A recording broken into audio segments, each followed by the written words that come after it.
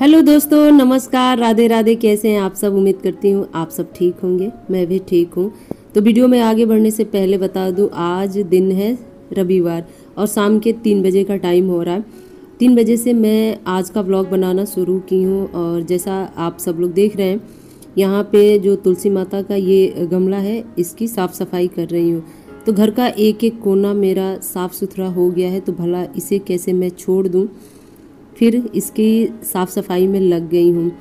आज तबीयत भी ठीक नहीं है और मेरा जो गला है बैठा हुआ है, सर्दी जुकाम की वजह से आवाज़ भी थोड़ी सी अच्छी नहीं निकल रही होगी, तो आप लोग इग्नोर कीजिएगा और वीडियो को एंजॉय कीजिएगा।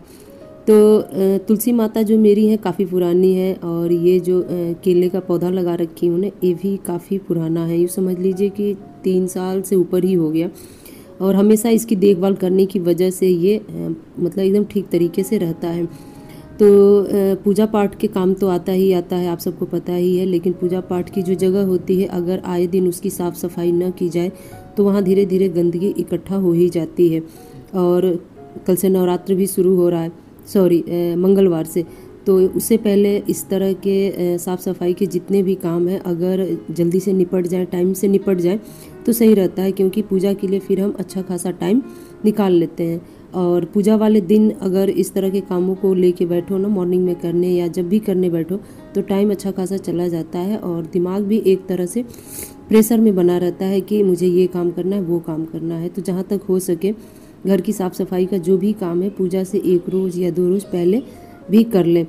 और अभी शाम के टाइम पे हो सकता है मुझे बाज़ार भी जाना पड़े, कुछ चीज़ें पूजा पाठ का लेके आना है, तो उसीलिए मैं जल्दी जल्दी सोच रही हूँ सारे काम निपटाते जाऊँ। तो यहाँ पे लेके बैठी हूँ ये वाला पौधान। वैसे इस पे बैठ के हम लोग पूजा करते हैं। ये जब खरीद के आया था तभी से इसको मैं पूजा पाठ में यूज़ करने लगी थी। लेकिन देखिए, इसमें भी 2-4 बाल आके कहीं ना कहीं से चिपक ही गए हैं।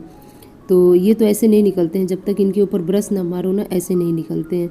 तो बस लगे हाथ इसकी भी साफ़ सफाई मैं कर ले रही हूँ। काफ़ी गंदा हो रखा है ना, जब धुल रही हूँ तब जाके पता चल रहा है, ऐसे नहीं पता चल रहा था। और ब्रश से जब रगड़ी हूँ तो उसमें से जितने बाल थे ना, सब एक झोंक में निकल के बाहर आ भी गए थे। तो इस तरह के जो काम होते हैं ना, डेली बेस पे तो हो भी नहीं पाता है और डेली इतना ध्यान भी नहीं जाता है। लेकिन जब पूजा पाठ का समय आता है ना, तो इस तरह के काम अपने आप ही नज़र आने लगते हैं कि चलो ये भी साफ़ कर लें, वो भी साफ़ कर लें। और ये जो हॉल के पर्दे हैं ना, इन्हें मैं निकाल दी हूँ, क्योंकि कल से हो सकता है कि सारे पर्दों को मैं चेंज करना शुरू कर दूँ। और मैं बता दूँ ना कि मेरे पास पर्दों का 2 ही सेट है। एक सेट जो धो रही हूँ वो, और एक सेट जो इससे पहले लगा था। तो संजोग बस दोनों का कलर सेम है, मैरून ही है, मैरून क्रीम कलर है। इसमें भी मैरून और थोड़ा सा लाइट क्रीम कलर है।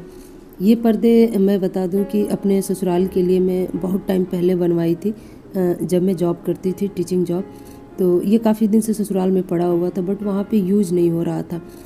तो मैं उठा लाई, मतलब ऐसे ही कि चलो यहाँ पे यूज़ करती रहूँगी तो ठीक रहेगा। वरना इसके जो जहाँ जहाँ से हम लोग तह लगाए थे ना, वहाँ वहाँ से ऐसा लग रहा था कि फटने का भी डर बना था, क्योंकि ये कपड़ा वगैरह तो उतना बढ़िया होता नहीं है। तो इससे पहले इसका कुछ भारी नुकसान हो, इससे बढ़िया कि हम यूज़ कर लें। तो चाहे यहाँ यूज़ करें चाहे ससुराल में यूज़ करें, कोई बात नहीं है। तो बस लेके आई हूँ तो बदल बदल के थोड़ा सा लगाती रहती हूँ। वैसे इसी वजह से बस दोनों का सेम है, क्योंकि इसको जब मैं ख़रीदी थी तो मैरून ही ख़रीदी थी, और बाद में जो गोरखपुर के लिए पर्दे खरीदी वो भी संजोग से मैरून ही खरीद ली। मुझे ये बात बिल्कुल ही पता नहीं था कि इस पर्दे को भी मैं ला के यहीं पर लगाऊँगी, क्योंकि ससुराल में पर्दे ऑलरेडी बहुत ज़्यादा हैं और मम्मी जी रहती हैं तो कितना फेरबदल करेंगी, उनसे इतना सब कुछ अकेले हो भी नहीं पाता है।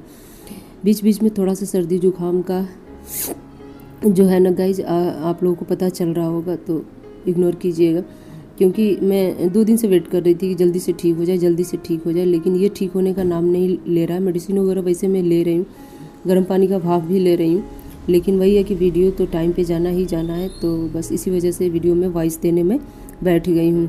आई होप कि आप लोग मुझे समझने की कोशिश कर रहे होंगे। तो ये सारे पर्दे मशीन से धुलने का मन था, लेकिन सोची हूँ मौसम बढ़िया है, गर्मी का मौसम है, और ऐसे मौसम में काम करने का मज़ा ही कुछ और होता है अपने हाथों से। और टाइम भी था इस समय, चलो बालकनी में बैठ के ऐसे एंजॉय करते करते धुल भी देती हूँ। तो इस तरह से झटपट धुल भी जाते हैं, और वॉशिंग मशीन में टाइम भी लगता है। जितने टाइम में वॉशिंग मशीन में धुलेगा ना, उतने टाइम में समझ लीजिए कि 2 लॉट तो मैं हाथ से धुल के निकाल दूँ। और पाइप जो खरीद के कुछ दिन पहले लेके आई थी तो इजीली बाथरूम से पाइप यहाँ लगा देती हूँ, तो पानी वगैरह भी आराम से मतलब मिल जाता है धुलने के लिए। तो बस सारे पर्दों को धुल के, और इस पर जो स्टैंड है ना, इस पर तो लटका के बिल्कुल ही फैलाई नहीं बन रहा था, तो इसको बस 2-2 फोल्ड ऐसे करके चारों तरफ से लटका दूंगी, तो रात भर में पानी भी निकल जाएगा और सुबह होते होते देखिएगा सूख भी जाएगा। गर्मियों के मौसम के तो यही फ़ायदे होते हैं कि कपड़े वगैरह इतने जल्दी सूखते हैं ना कि बस पूछिए नहीं। और कपड़े धोने में भी मन लगता है, क्योंकि कपड़े जब सूखते जाते हैं ना तो पीछे से धो के डालते जाओ, फैलाते जाओ। इस चीज़ को लेके तो सर्दियों में बहुत दिक्कत उठानी पड़ती है। सर्दियों में एक तो कपड़े ज़्यादा होते हैं, धूप भी नहीं निकलता है और सूखते भी नहीं हैं। उसके बाद गाइज मैं आ गई हूँ किचन में। किचन में थोड़ा सा आप लोगों को अंधेरा दिख रहा होगा ना, तो मैं बता दूँ कि लाइट नहीं है। अभी थोड़ी देर पहले थी, अभी कटी है, हो सकता है थोड़ी देर बाद आ भी जाए। बीच बीच में मतलब कट जाता है। और इन्वर्टर जैसा कि मैं बताई थी अभी उसका कनेक्शन नहीं हुआ, 1-2 रोज़ में हो भी जाएगा ऐसा लग रहा है। तो बस यहाँ पे मैं जो अरबी के पत्ते होते हैं ना उसके पकौड़े बनाने जा रही हूँ। तो अरबी के पत्ते के पकौड़े सबके बनाने के तरीके अलग अलग होते हैं, कई तरीके से बनते हैं। और मैं जहाँ तक बात करूँ तो 3-4 तरीके से मैं भी बना लेती हूँ। लेकिन ये पत्ते जो थोड़े से रूढ़ हो गए थे, मतलब कड़े हो गए थे और काफ़ी बड़े बड़े थे, एक्चुअली मुझे किसी ने दिया है और बस बनाने का मन था, खाने का भी सबका मन था, तो बस इस तरह से रोल करके इसको मैं बनाऊंगी और एक मोटा सा बड़ा सा रोल करूंगी। उसके बाद इसको ना गर्म पानी में मतलब भाप से पकाऊंगी। उससे होगा क्या कि ये इतना अच्छे से पक भी जाएगा और थोड़े से तेल में इसको बाद में आप तल के फ्राई भी कर सकते हैं। इससे होगा क्या कि खाने के बाद ये नुकसान नहीं करेगा, वरना इस मौसम में इस तरह के पत्ते के पकौड़े अगर आप खाएंगे ना तो थोड़ा सा लूज मोशन वगैरह होने का डर बना रहता है। और वैसे भी बता दूं कि हमारे घर में मतलब हमारे दोनों बच्चों की तबीयत बहुत ख़राब है लूज मोशन की वजह से, लेकिन फिर भी मैं इसे बना रही हूँ क्योंकि पत्तों को तो फेंक सकती नहीं हूँ।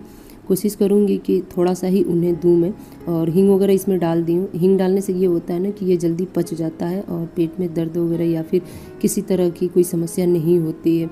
तो कढ़ाई में पानी रखी हूँ, स्टैंड लगा दी हूँ, उसके ऊपर इसको रख के करीब 20 से 25 मिनट तक मैं बॉईल की थी, जब तक ये अच्छे से पक नहीं गया था। बार बार उठा के इसको चाकू की हेल्प से ना मैं चेक भी कर रही थी। मतलब ऐसे चेक करने से ना मुझे इजीली पता चल जाता है कि कहाँ तक ये पक गया है या फिर कहाँ तक और मुझे इसे पकाना है। अच्छा, एक चीज़ मैं आप लोगों से जानना चाहूँगी कि किस किस को अरबी के पत्ते के जो पकौड़े होते हैं वो अच्छे लगते हैं या फिर इसकी सब्ज़ी अच्छी लगती है। अब भी देखिए फटाफट यहाँ पे बनके तैयार भी हो चुका है। जैसे बॉयल हुआ था उसको पीस में इस तरह से काट के और हल्के से तेल में इसको फ्राई कर दी हूँ।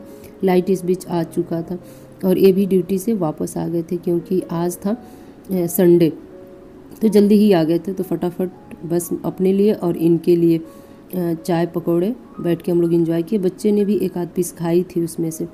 उसके बाद फिर लग गई हूँ अपने घर के कामों में। घर के काम जो होते हैं ना ये कभी ख़त्म नहीं होते हैं, और एक परफेक्ट हाउसवाइफ जो होती है ना हर पल अपने घर के कामों के लिए तैयार रहती हैं। आलस क्या होता है ना उन्हें नहीं पता।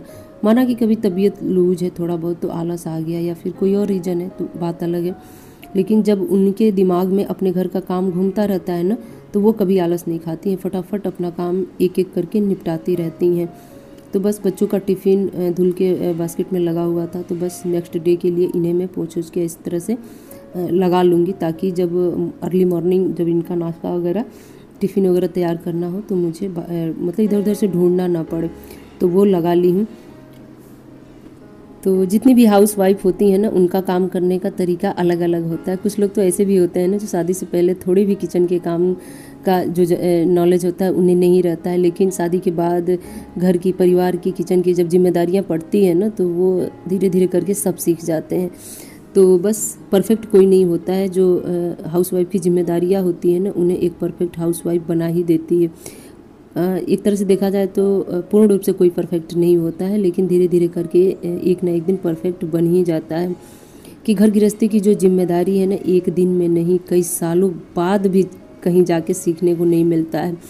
काफ़ी टाइम लगता है इन सारी चीज़ों को करने में, समझने में, संभालने में। परिस्थितियाँ चाहे जैसी भी हो ना, एक हाउस वाइफ के अंदर इतना गुण होता है ना कि हर हाल में वो अपनी गृहस्थी को मतलब डमाडोल नहीं होने देती, हर हाल में संभालने के लिए तत्पर रहती है। घर गृहस्थी की जो बागडोर होती है ना अच्छे से लेके अपने हाथों में चलती रहती है। तो देखिए यहाँ पे इनका पावर बैंक और मोबाइल चार्ज में लगा हुआ था, तो ये लेके गए अपना। और मेरा जो घर गृहस्थी है ना, ये तो मैं बता दूँ अकेले ही सब कुछ करने रहता है। मेरे हस्बैंड को ना किचन का काम बिल्कुल ही नहीं आता है, और कभी कहो भी ना तो वो नहीं कर पाते हैं। भाई कोई बात नहीं, उनका काम है जॉब करना, ड्यूटी देना, तो वो बाहर का ही काम संभालते रहते हैं, मैं अंदर का काम संभालती रहती हूँ। इतने दिन से ब्लॉगिंग कर रही हूँ, आप लोगों ने आज तक कभी देखा है? मतलब एक टाइम का जो चाय होता है ना, वो भी नहीं बना पाते हैं वो। तो सुबह से लेके शाम तक, शाम से लेके रात, रात से फिर नेक्स्ट सुबह, जितने भी किचन के घर के काम होते हैं ना, वो सब मुझे धीरे धीरे करके अकेले ऐसे ही संभालना रहता है।